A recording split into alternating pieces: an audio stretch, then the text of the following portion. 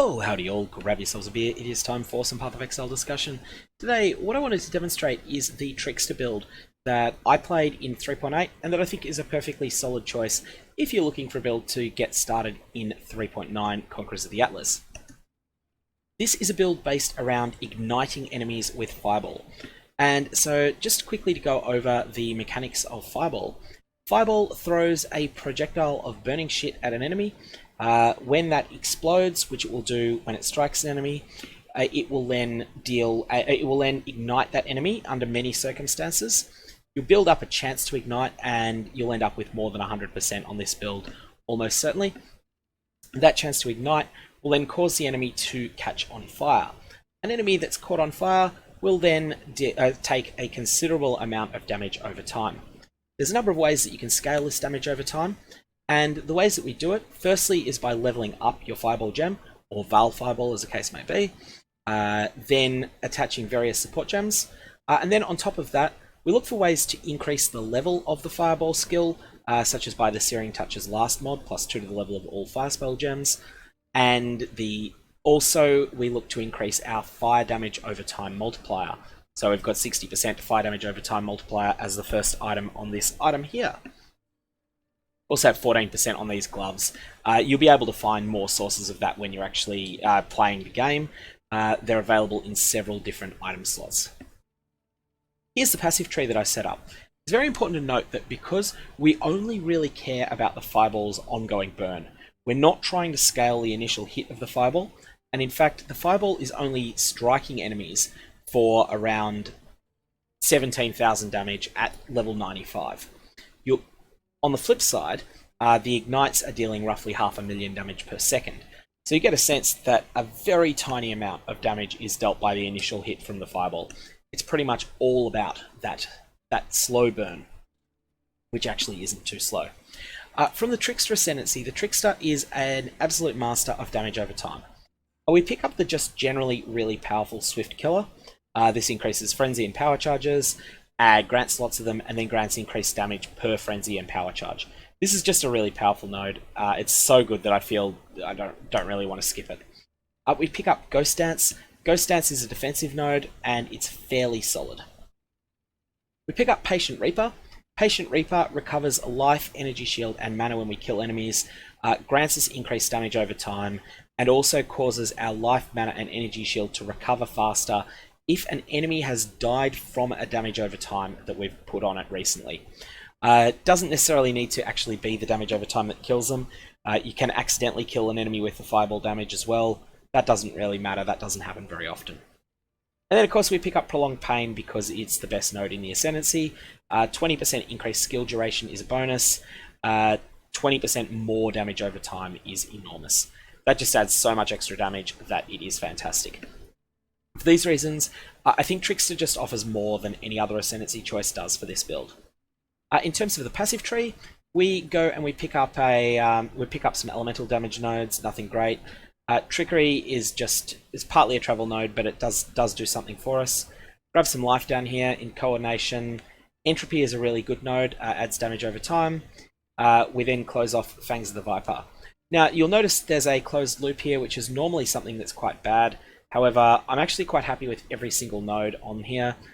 This is probably the weakest one in the closed loop, and I'm perfectly happy with it. So I'm not concerned about having a closed loop, even though normally it is something you try to avoid when designing a tree.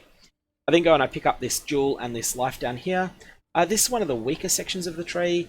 It's not like you absolutely need to come down here, but I found that this Lethal Pride jewel that I have, which is an endgame item you can try and pick up, then gave me a number of bonuses that were worthwhile.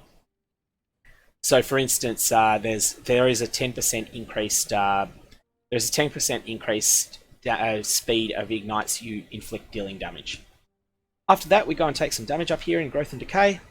Come around and pick up this jewel, which I put Rolling Flames in. Rolling Flames is a really strong jewel for Fireball builds, and also in this case, I've got Corrupted Blood cannot be inflicted on you.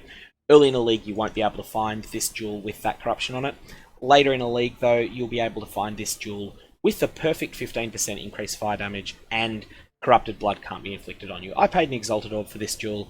and you can probably pick one up later if you wait longer than I did. After that, gone and taken some of the highest power nodes in the Witch area. I did end up taking Firewalker here, which is just adequate. This section of the tree isn't amazing, but the fact that I got a few resistance points off it ended up taking some pressure off other spots in my gear, and this node Firewalker is at least serviceable. It's not fantastic. Arcanist Dominion is fairly solid as well, with just a bit of extra cast speed and intelligence. Then, of course, we come up here, grab a jewel slot, and then come up and take Cruel Preparation and Breath of Flames. These are amazing nodes for the build. We then pick up Elemental Overload, which is one of the most powerful nodes on the tree for a build that occasionally does critical strikes by accident, but that does not specialize in critical strikes in any way. So, I have no critical strike multiplier. That means that if I hit an enemy and roll a crit, that crit only does 100% damage. But I get 40% more elemental damage if I've dealt a crit in the last 8 seconds. This is something that is usually active in any sort of tense combat. I'm usually hitting enemies often enough that there's been a recent crit most of the time. So for that reason, Elemental Overload is a massive damage boost. At this point, you've got a choice as to which direction you go first. You can come down here into the into the Marauder's life area, pick up a jewel, pick up this quick recovery node, which is fairly solid block of life. Come down into Retribution is unfortunately just a travel node here. And it's got a little bit, but then you pick up Discipline and Training. You pick up Sanctity just for a tiny bit of life regen, and then come in here. Or alternately, you can go the more damage route, which is come down to Holy Fire. Holy Fire is an amazing cluster. Then take Purity of Flesh and come down towards the Templar's Divine Judgment nodes. Afterwards, I just pick up more life and fire damage over time multiplier on the rest of the tree, and that is where the character stands. Now, I'm currently level 95 on this character, so obviously you won't be able to take everything on it, but you can trim off some of the lesser quality sections. What I would suggest you do is trim off this 1, 2, 3, 4, 5, 6, 7 points, and this 8th point until quite late. Although they're all solid nodes, as taken as a package, they're probably the weakest part on the tree. So you can save those 8 nodes until you're very high level. If you want it to be more tanky, you could take a different anointment. I've gone with Diamond Skin to reduce pressure on resistances, but you can always take something that is even tankier, like Constitution as an anointment. Of course, Constitution is very expensive, as is Soul of Steel, which is the strongest individual node on the tree probably, but again is extraordinarily expensive to anoint. Alternately, you've got another option where you can take Arsonist as your anointment and then stay back a little way from this section. So cut off 1, 2, 3, 4, 5, 6, 7 nodes. Arsonist doesn't require any particularly precious oils, and then you can take more nodes down this section of the tree. From a gems perspective, I'm locked into Skin of the Loyal. I picked up a Skin of the Loyal from my Divination card, The Price of Loyalty, and as you can see, it has sockets cannot be modified. It's always 6 linked, and it has +1 to the level of socketed gems and +2 to the level of socketed projectile gems. So this gives me +3 to the level of Vaal Fireball in it, but at the consequence of not being able to precisely choose every single support gem that I would like. And in practice, I would be quite happy to drop Combustion here and pick up Swift Affliction as an alternative. I believe it would provide me with more damage, but I'm still happy with this setup. This setup is Vaal Fireball linked to burning damage, linked to combustion, linked to greater multiple projectiles, linked to deadly ailments, and linked to Ignite Proliferation. If you want a single target alternative, you can remove greater multiple projectiles and replace it with Swift Affliction. This will grant you considerably more damage. Now in patch 3.9, you'll be able to pick up the new Awakened support gems, which basically mostly function as level 25 versions of the existing support gems, but some of them have additional mechanical bonuses. Greater multiple projectiles, for instance, fires 5 additional projectiles instead of 4. It also has a smaller penalty to damage, although that only applies to the hit and not to the burn. More importantly, perhaps, deadly ailments. You can get a higher cap on this. You can get a higher cap on not on ignite proliferation, on burning damage support as well. Both of these gems have awakened versions, which will deal considerably more damage. From a movement skill perspective, everything that Flame Dash does everything you want it to do. Flame Dash is really, really good. If you're not used to Flame Dash, then please try it. It's just so good. Also, this crap that is left on the ground will actually get scaled by a number of things that you're using in the build. From a weapon perspective, it's hard to beat the Searing Touch. This gives fire damage over time multiplier and plus to the level of all fire skill gems. You can do better than this, but not on any sort of budget at all. Other slots are all resistance and life items with as much fire damage over time multiplier as you can fit in, with one exception, and that is if you can get your hands on this, because it will be rarer next league, the Guardian of the Hydra drops a Snake Pit. Snake Pit is a unique sapphire ring. You can't get it by any means other than the Guardian of the Hydra, and what it does is it gives your projectiles from spells the ability to chain or fork, but not both simultaneously. You can choose which one you get by choosing which finger to put the ring on, and it's my strong preference that chain is better. When a projectile chains, it explodes, a fireball explodes on the target, and then a second fireball is created, and it basically acts as like a heat-seeking missile of sorts. It picks a direction where a monster is in, and it flies over there and goes and hits them. Very, very strong effect. For utility skills, you can use pretty much whatever you want. I'm playing in softcore, so I'm less concerned with survivability. As a result, I tend to use a golem. Stone Golem is my usual go-to, and I use this totem here, Wave of Conviction totem. This is a Wave of Conviction, oh, that's not the one, this is it here.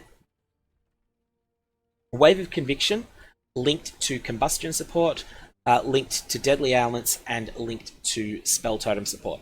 The core here is Wave of Conviction linked to Spell Totem support, but Combustion comes in as well. So enemies ignited by supported skills have minus 19% to fire resistance, so that's a little bit of a bonus. My Wave of Conviction can ignite them, and if it does, then it reduces their fire resistance. But at its core, Wave of Conviction applies a debuff that reduces their elemental resistance by 25% to one element, and the choice of element is based upon which element it deals the most damage of. Wave of Conviction starts out with physical damage, converts 25% of it to fire and 25% to lightning. But because of the way my character's set up, this ends up doing an average of about 1,700 physical damage, an average of about 2,900 fire damage, and of only 1,300 lightning damage. That's because I'm using a lot of equipment that scales fire damage, and my passive tree scales fire damage, and so as a result, lots and lots of fire damage gets boosted up, and it can never choose lightning as the highest damage. As a result, it then inflicts the exposure debuff on the enemies, and that is not cast by me, it is cast by the totem. In difficult fights, what I do is I put the totem down, and then I let it attack enemies whilst I'm throwing fireballs as well. I just need to throw one fireball and then run around and dodge, and then when it inflicts its debuff on them, they just start taking appreciably more damage. From a flask's perspective, I found that a mana flask does feel necessary, and just watch how quickly I'm burning through this. Once the mana flask runs out, there it goes, boom, boom, boom, nothing left. You don't actually need to continually cast fireballs all the time, but I do use up a hell of a lot when I do. I'm using 112 mana every single fireball that I throw. My mana flask of choice is an Enduring Eternal Mana Flask of Warding. The Enduring node ensures that the flask effect is not removed at full mana, and the Warding makes you immune to curses. This means that in maps where there is a curse inherent to the map, I can be immune to curses pretty much all the time. And that's a really solid effect. I'm just using I was for a period using a Quicksilver Flask just for pure move speed. I eventually ended up changing it to an anti-freeze one, and I'm fairly happy with this choice. I'm using an Instant Life Flask that removes bleed, and I'm using a Cinder Swallow Urn. Cinder Swallow Urn is really, really strong. You recover life, mana, and energy shield whenever you kill an enemy during the flask effect, and you also your ignites that you inflict while the flask is active deal 10% more damage. This is really solid. Dying Sun is an item that I think you might struggle to acquire in 3.9 unless you are willing to play the market a little bit. I think it's going to be very rare and very popular. It may be 15 to 20 Exalted Orbs. If you're willing to chase it down, it is an uncommon drop from the Shaper, but the Shaper is going to be a lot harder to get access to in the 3.9 world. If you don't have access to Dying Sun, you can use any other flask that you find useful. It's certainly far from essential, but it is quite a nice power boost to be sending 7 fireballs instead of 5. So if you can get your hands on one, do. If you can't, don't worry about it.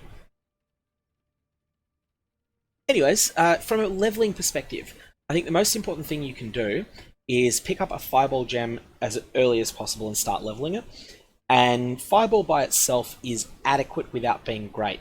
Fireball linked to less multiple projectiles will get you through the first couple of acts just fine. And then just link as many of the recommended supports as you can. Combustion is probably the least important of them, and Ignite Proliferation, when it comes online in the 30s level range, Ignite Proliferation will very quickly become the best support gem on the character. Ignite Proliferation causes your fireballs to deal more damage with the Ignite, but also on top of that, the Ignite spreading is over a large range, and it is an absolute wrecking ball for monsters that are in your way. Other skill gems are less essential than Ignite Proliferation, so just pick up use as many of them as you can while you're leveling. At this point, I'm going to leave it. If you've got any comments or questions, definitely fire away below. Otherwise, I'll hope you have a good one.